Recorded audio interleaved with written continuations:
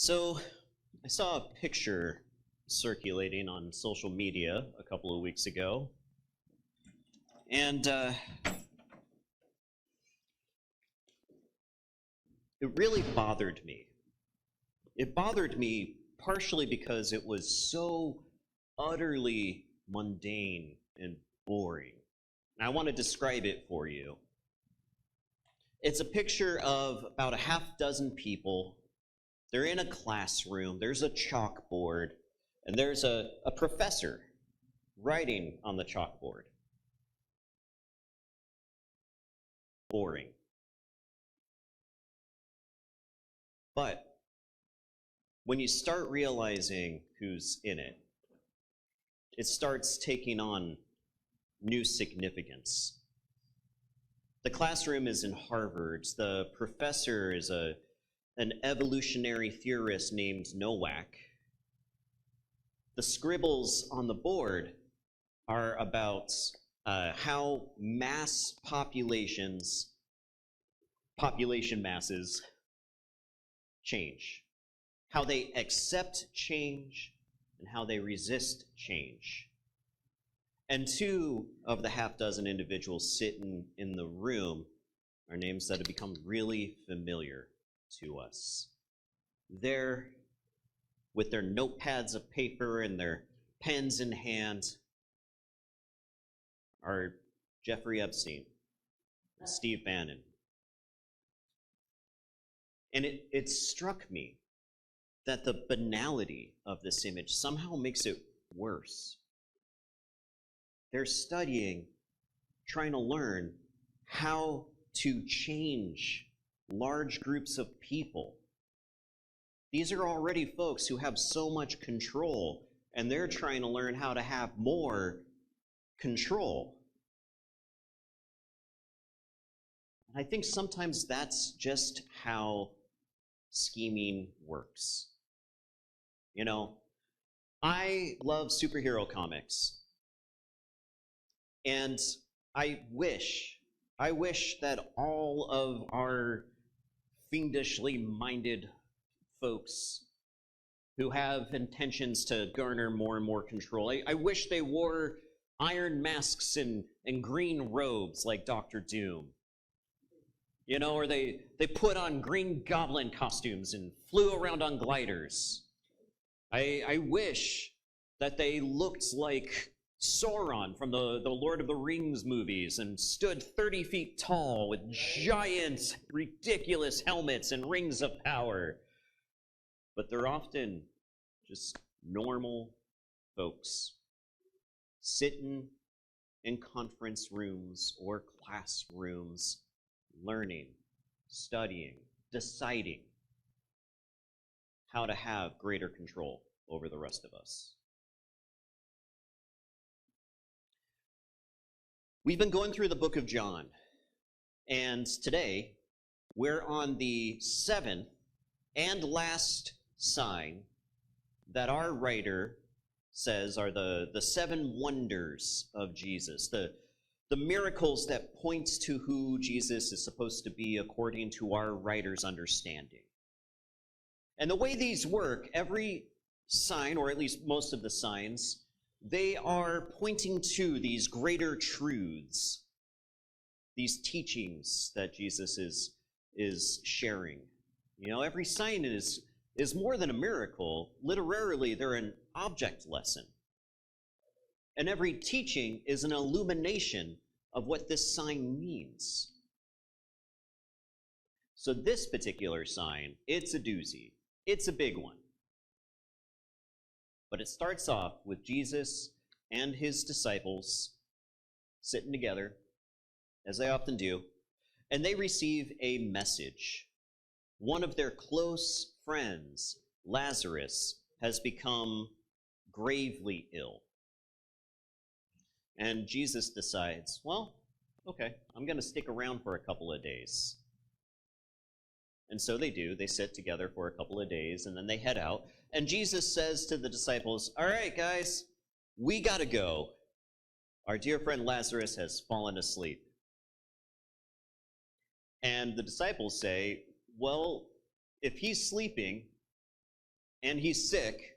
We should probably leave the guy be. And Jesus is like, by sleep, I mean he's dead. He's dead. Sorry.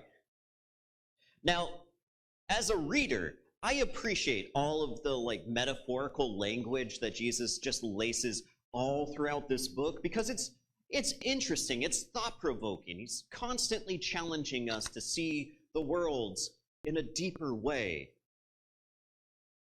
But if I was one of these disciples, I think I would find this kind of thing insufferable after a while. You know, like if somebody's died, just say they died. Not everything has to be like this deeper metaphorical image, right?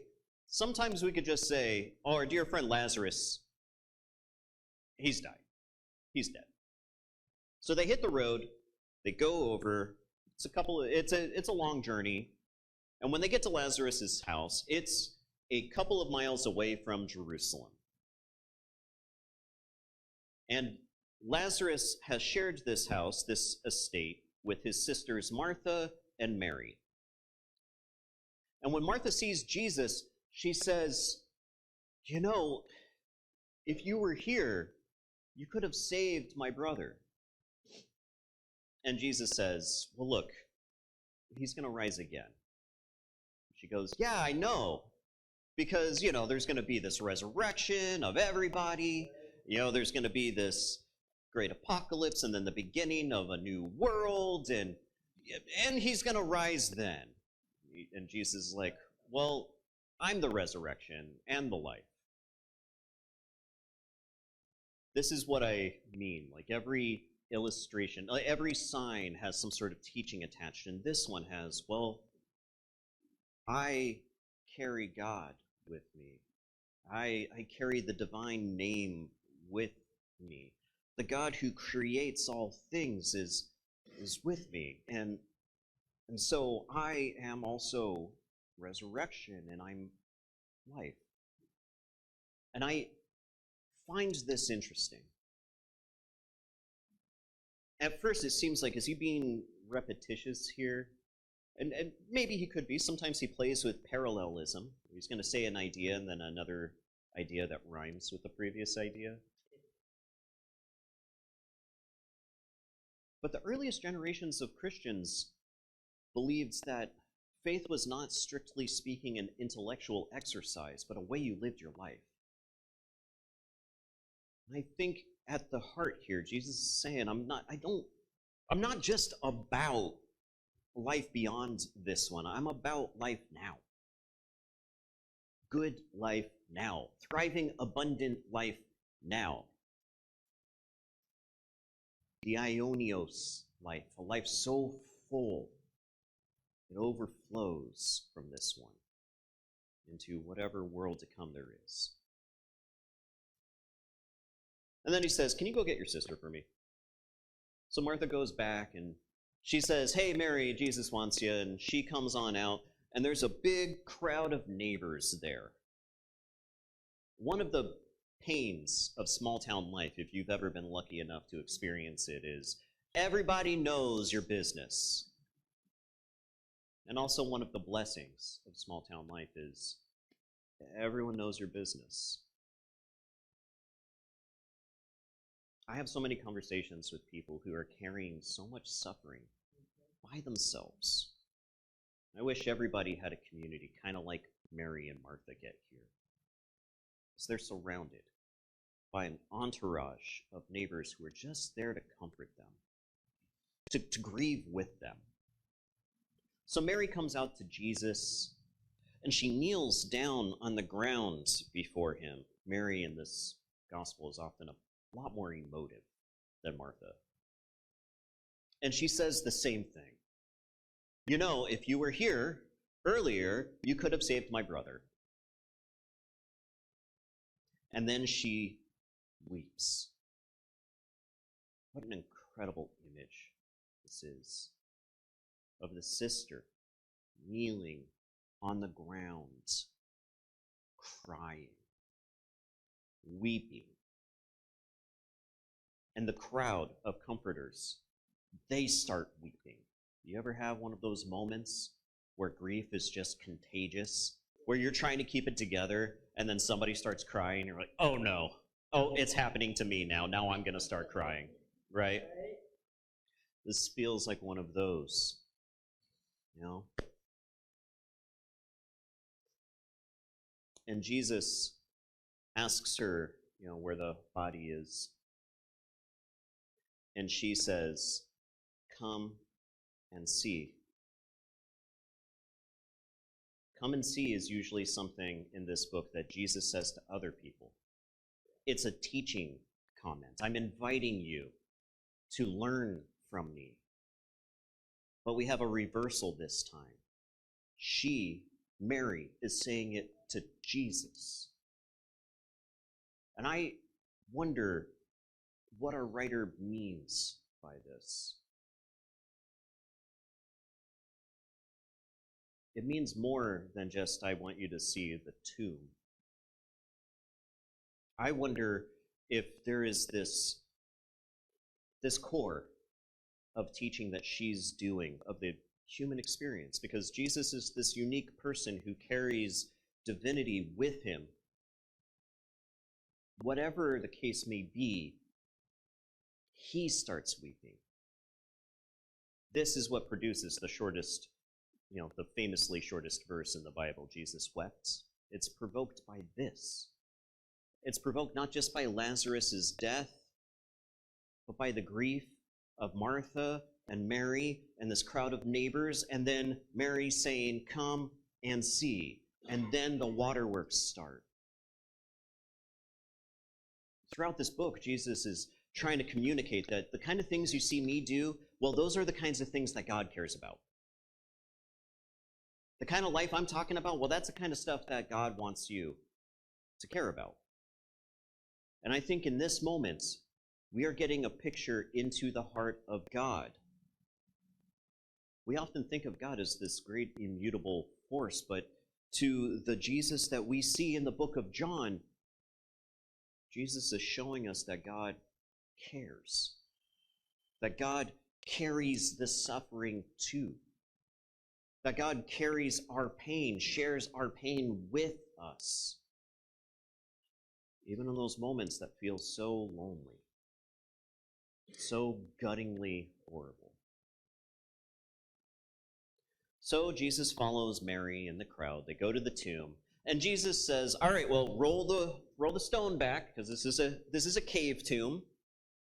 I wish that was more of a thing over here, Anybody can have like a graveyard plot, but like a tomb that's in a cave, like that just sounds cool. And Jesus says, like, all right, roll back the stone. And Martha very pragmatically says, listen, my brother's been dead for 4 days now. That's going to smell. It's going to smell really bad. But Jesus says, look, I've told you before that if you believe me and you'll see the glory of God, which sounds like very, very, very layered. But when I read this, I picture the movie Aladdin in my mind. I picture that scene in the movie Aladdin where Aladdin is standing on the magic carpet and he reaches his hand out to Princess Jasmine and he says, trust me, right? I'm going to show you this whole new world. I think that's what Jesus is saying here. Trust me. And so they roll the stone back. And Jesus gives a prayer. It's for everybody else's benefit. It's a very performative prayer. He's like, I'm praying to you, God, out loud, not because I need to, but because everybody else needs to see I'm doing this, all right? And then he says, Lazarus, come out. And Lazarus comes out. Lazarus, who's been dead for 4 days. Lazarus, who's been stinking up this tomb, comes out. And it is quite a sight, because he's all wrapped up in his burial clothes. His arms and his legs are all bound together. He still has burial cloth wrapped around his face. This is like something out of an old-timey mummy movie. Right. But I think it leans more Abbott and Costello because of how bounded he is. He has to like kind of hobble and hop out. And then Jesus says, all right, well, unwrap the poor guy. And they do. What a scene. a lot of the crowd are like, you know what? I'm gonna listen to what this guy has to say. And that is what provokes the passage we read a moment ago. Instead of these religious leaders centered in Jerusalem being excited that here is someone who can bring the dead back to life, someone who can heal others, we've got somebody we're losing control to. What if other people listen to this guy and continue to follow him? What are we, as the religious and political civic leaders, going to do? If we lose control of this situation, I'm worried Rome's going to come in and destroy us. And there's a rich irony here, because this book is written a good deal of time after Jerusalem and the temple are destroyed. And our writer knows that, and the initial readers that he's writing to, they would know that as well. And we see this in our own day in life. Y'all have to let me and my elite pals run everything. You have to let us run everything. Because if we're not in charge, everything is going to fall apart. And here in this casual conference meeting of Pharisees and Sadducees, they reach this decision. We have to kill this man. We have to kill him. In the other Gospels, it's the cleansing of the temple that leads to Jesus' murder. You know, it's this big public protest act. In this Gospel, it's Jesus bringing someone back to life. What could be better than that? I can't think of a good act better than bringing someone back to life. Who's truly threatened by this? Only those who need to assert control over others and fear this force of life. And so they make this decision in this conference meeting. It is better for one man to die than everyone else. This is a necessary sacrifice. One of the things that have struck me over the last few months is how often powerful people in our world seek out innocence as necessary sacrifices for their schemes and their plans.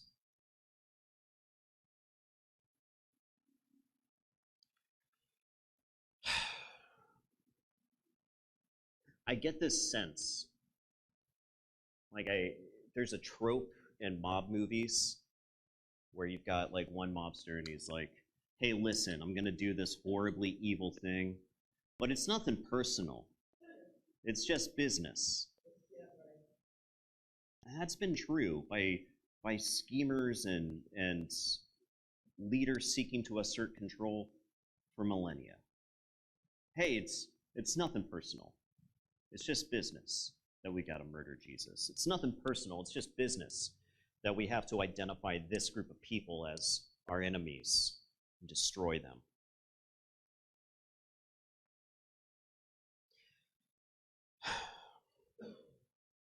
And this teaching, like the teachings that Jesus pairs with this act, they're all around living the life that God desires.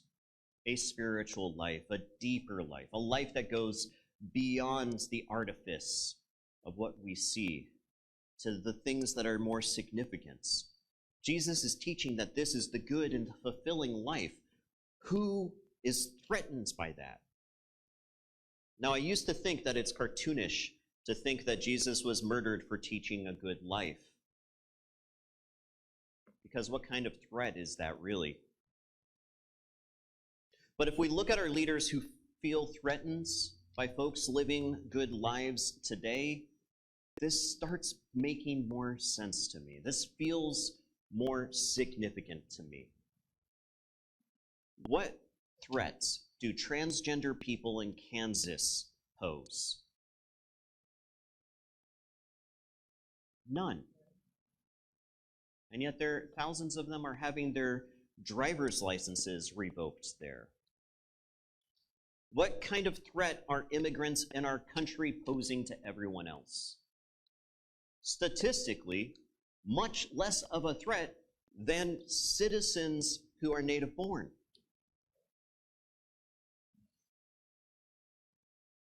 What kind of threats is DEI, diversity, equity, and inclusion, to our society? None. And yet, our partners are being threatened to lose their funding, right? What kind of threat is affordable housing? What kind of threat is healthcare? What kind of threat is public schooling? What kind of threat is livable wages?